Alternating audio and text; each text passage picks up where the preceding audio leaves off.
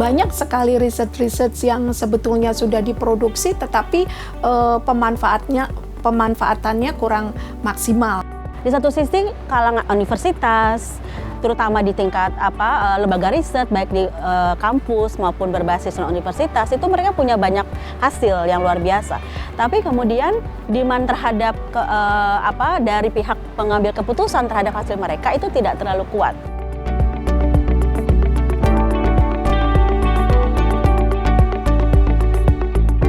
Knowledge sector ini salah satu faktor dan mungkin indikator terpenting dari perkembangan masyarakat, khususnya dalam pengambilan kebijakan maupun keputusan-keputusan publik yang menyangkut kehidupan orang banyak.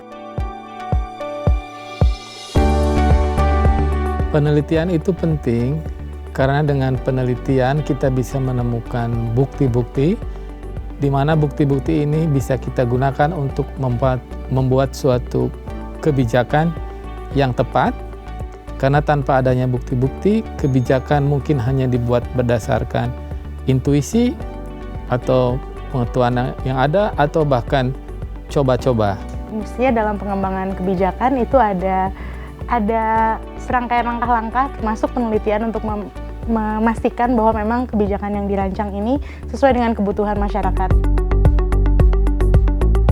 Seringkali penelitian kita, katakanlah peneliti-peneliti yang mempunyai program yang bagus-bagus itu, tidak berhasil membunyikan hasil penelitian yang secara simpel bisa dipakai untuk kebijakan.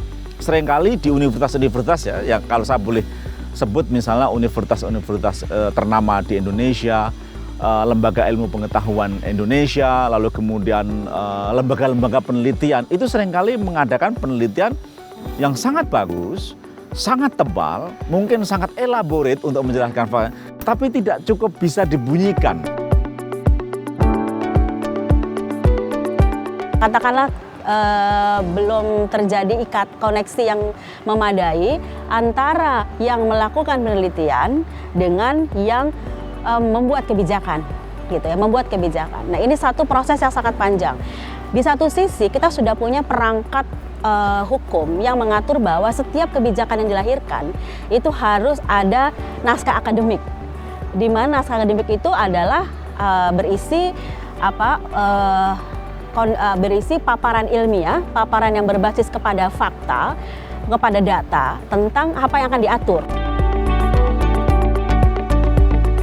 Setelah satu penelitian selesai dilakukan, tidak cukup hanya dengan menulis laporan-laporan ilmiah yang tebal dan mungkin sulit untuk dibaca. Laporan-laporan itu perlu diterjemahkan ke dalam bentuk-bentuk publikasi yang mudah diakses oleh para pembuat kebijakan dan masyarakat secara umum. Kita mulai juga melakukan hal-hal yang lebih mudah dibaca seperti infografis, policy brief. Tapi kami melihat itu prasyarat, tapi yang lebih efektif buat kami adalah apa yang kita sebut dengan mungkin ini seri diskusi kebijakan, artinya duduk bersama secara rutin mendiskusikan hal-hal tersebut dengan pembuat kebijakan yang menjadi kunci-kunci aktor utama.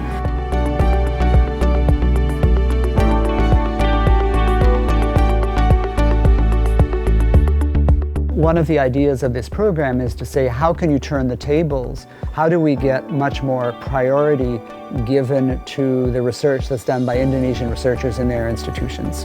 Saya kira inisiatif yang sangat bagus dari KAISI adalah dia melihat ada potensi-potensi baru. Ada lembaga seperti KPPOD, ada lembaga lain yang juga punya potensi, tetapi hari ini dia karena dengan segala keterbatasan sumber daya manusia ataupun juga sumber daya finansial, itu belum mampu menunjukkan suatu kualitas yang benar-benar prima atau benar-benar bagus seperti yang diharapkan.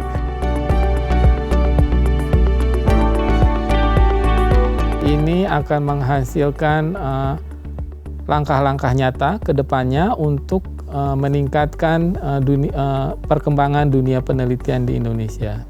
tentu sebagai networking di antara organisasi ataupun institusi dan siapa saja yang bekerja dan tertarik pada knowledge sector ini untuk bersama-sama gitu ya, merging interest dan juga kemampuan masing-masing supaya knowledge sector ini semakin berkembang di Indonesia.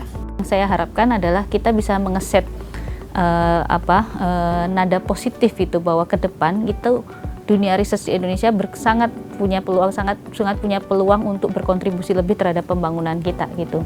Jadi bahwa kita nggak hanya bicara soal challenge-nya seperti apa, tapi apa yang bisa kita lakukan untuk membuat bahwa kita itu riset itu mempunyai kontribusi yang lebih besar untuk pembangunan atau kebijakan seperti itu.